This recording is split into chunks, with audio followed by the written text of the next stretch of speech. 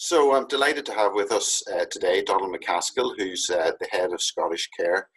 That's the organisation that represents the independent care sector in Scotland, and there's a lot of people involved in that, both in terms of those who own the homes, clients and staff. Donald, as I say, thanks very much indeed for joining us. Just for the purpose of those looking in, can you just tell us a little bit about yourself, your background and your organisation?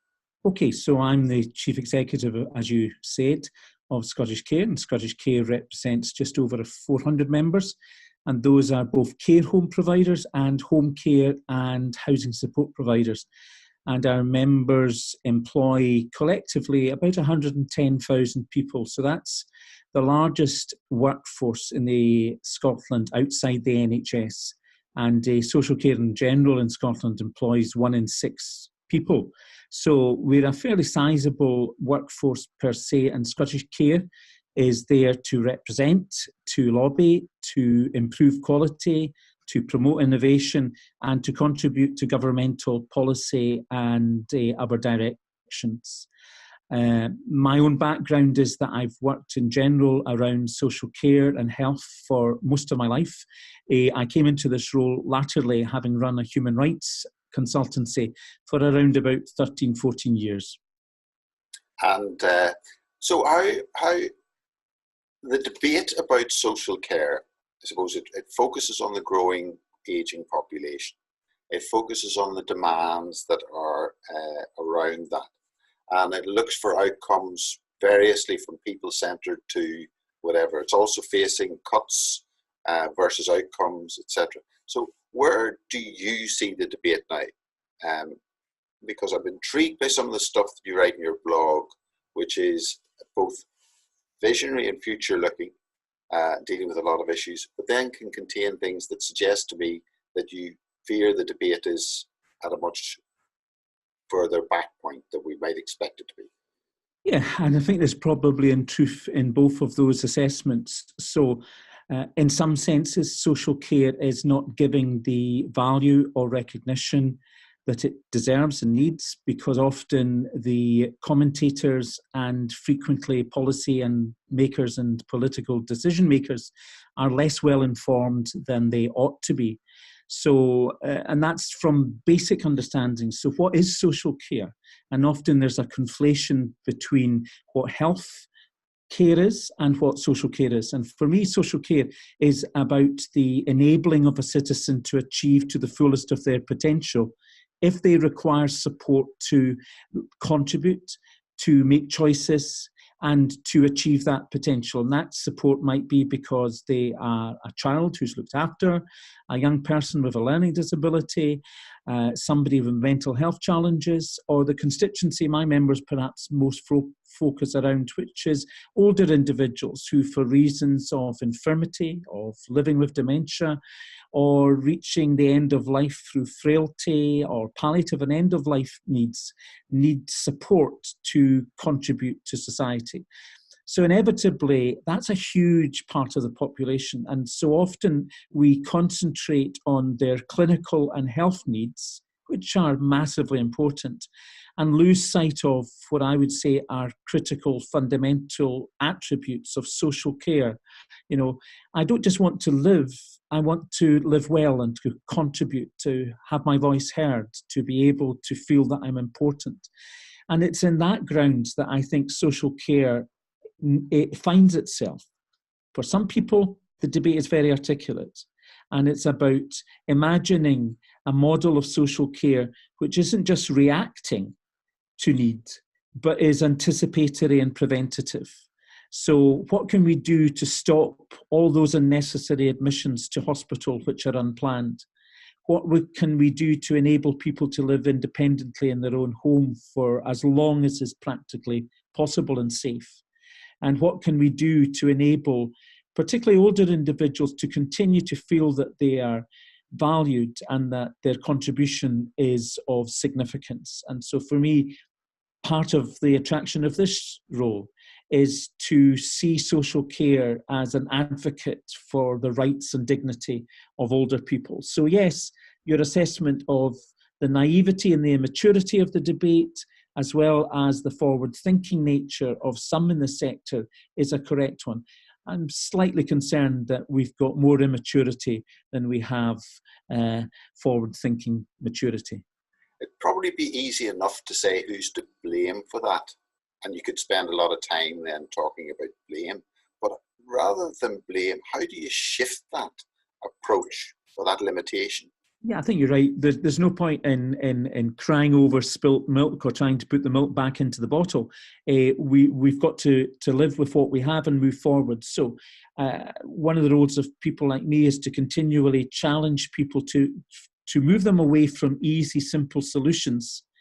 Like, let's just throw more money at it, because we've been doing that in the health sector for a long time. And if we continue to do that, then we will continue to get the same results. We know that every day somebody over a particular age spends in hospital, they lose 10% of their body mass.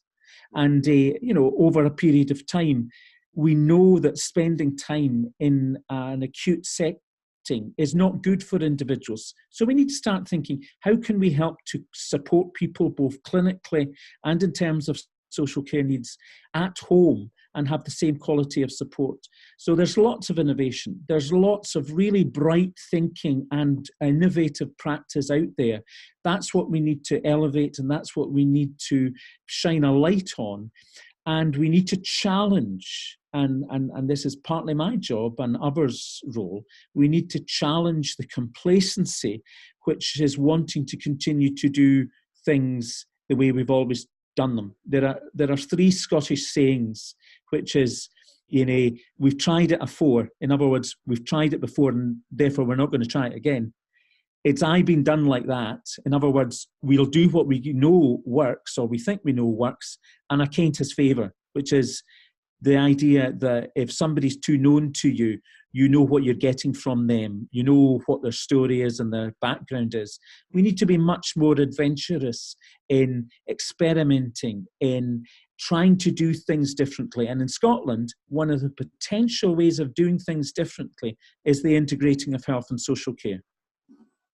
And I'll talk about that in a moment, but what's the price of not getting this right now, given that we've known about the growing population before it grew, and we've been not dealing with the issues as described throughout the period where it has grown and will continue to grow? The price, the cost of not getting it right is unimaginable. We unfortunately have in Scotland risen the level at which people get basic support to the highest possible level of critical. So less and less people will get support. More and more people will become dependent on their families, who will have to give up jobs, and that affects the economic well-being of the country as a whole. More and more people will be dependent upon acute and clinical outcomes, and there will be massive blocks there. We have a workforce which is in Scotland already profoundly beginning to be impacted by the EU exit process. But even without that, and even before that, we were never going to be able to recruit sufficient people to do what we're doing in the way that we're doing. So we've got to think about doing things differently, using solutions which are innovative. But there's another danger, which is that we grasp onto what is apparently a panacea, which will not quite solve our problems overnight, but reduce some of the headache. And technology is one of those. So I am a great advocate for the proper, appropriate use of technology, which will save us more resource in terms of work power, which will give better outcomes to individuals. But it cannot on its own and without appropriate safeguards be the solution to, for instance, the workforce crisis that we face. And I'm profoundly concerned about some of the tech solutions to address some of our social care and health challenges. So we've got to do something. We know roughly what that is, and prevention is usually at the heart of it. But we must also be careful that we don't run after a dream which becomes a nightmare. And you talk about then the integration of the system, making social care not the poor cousin essentially of the mainstream health service, and by virtue of early interventions, proper investment, I assume career as training, and et cetera, et cetera. Those are all the elements.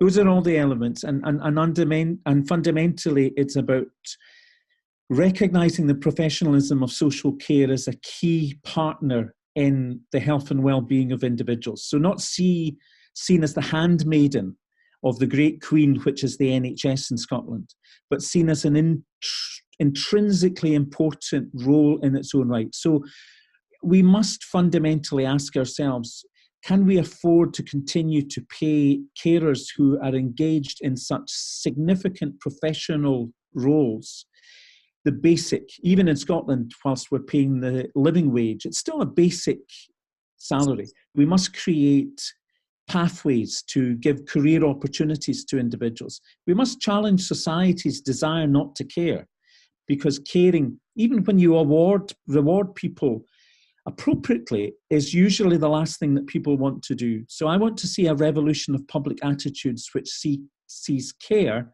as something of great intrinsic value. That's part of what integration offers us, so that we become one family, one collective movement, in a sense, which is about putting the well-being of our citizens at its heart. And just because you've got the term doctor before your name doesn't make you any more significant than somebody who is wearing the uniform of a home care worker. Yeah, I suppose, and one figure that always leapt out at me in relation to what you're describing is that somewhere in the region of 65% of older people who present at accident and emergency or a crisis are also suffering from potentially dehydration or malnutrition, which suggests therefore that feeding and watering was as important and could have prevented the expensive medical intervention. So where is the debate now then in your area, and how advanced is it? Where's the tipping point coming, or is it far away, or is it there? Where do you envisage it is at? I think we've got many strands of a debate going on, and many of the headache ones, the negative ones, are coalescing at the one time. So at this moment, we cannot escape the uncertainties over the EU exit, what that might mean, especially if we end up with a no deal or we end up crashing out of Europe, what it might mean for the workforce, what it might mean for the maintenance of medical supplies, the continuity of support around the financing of the social care sector, the continuity of the ability to maintain the system, especially if we get an influx of individuals returning to Scotland and the United Kingdom. So the EU exit and Brexit is a primary issue.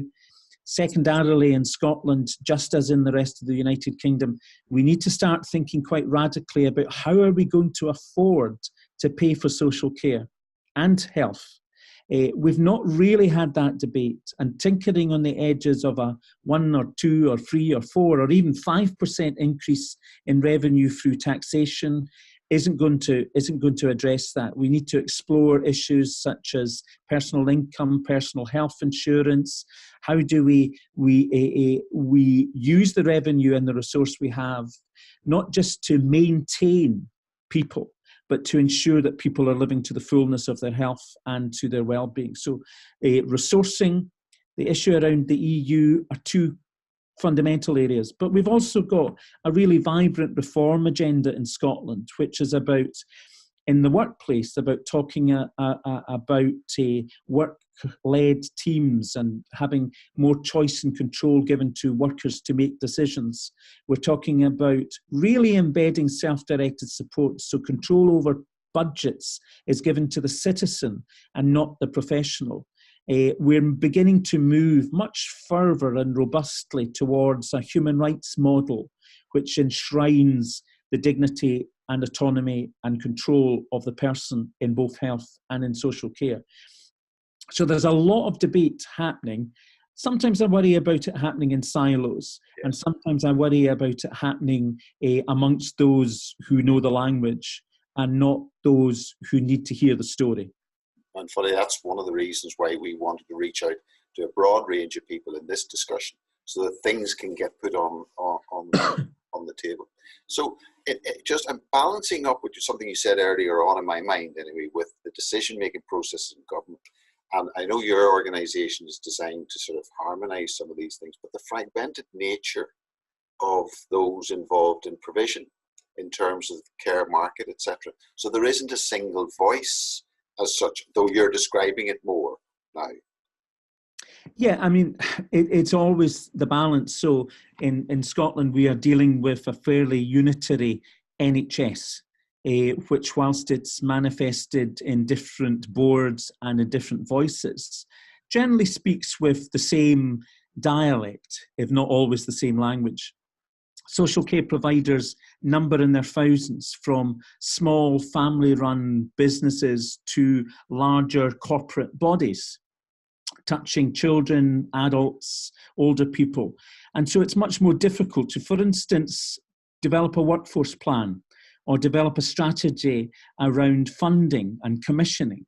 But I, at my optimistic best, can see that we are moving in a direction which many of us recognise is where we need to be.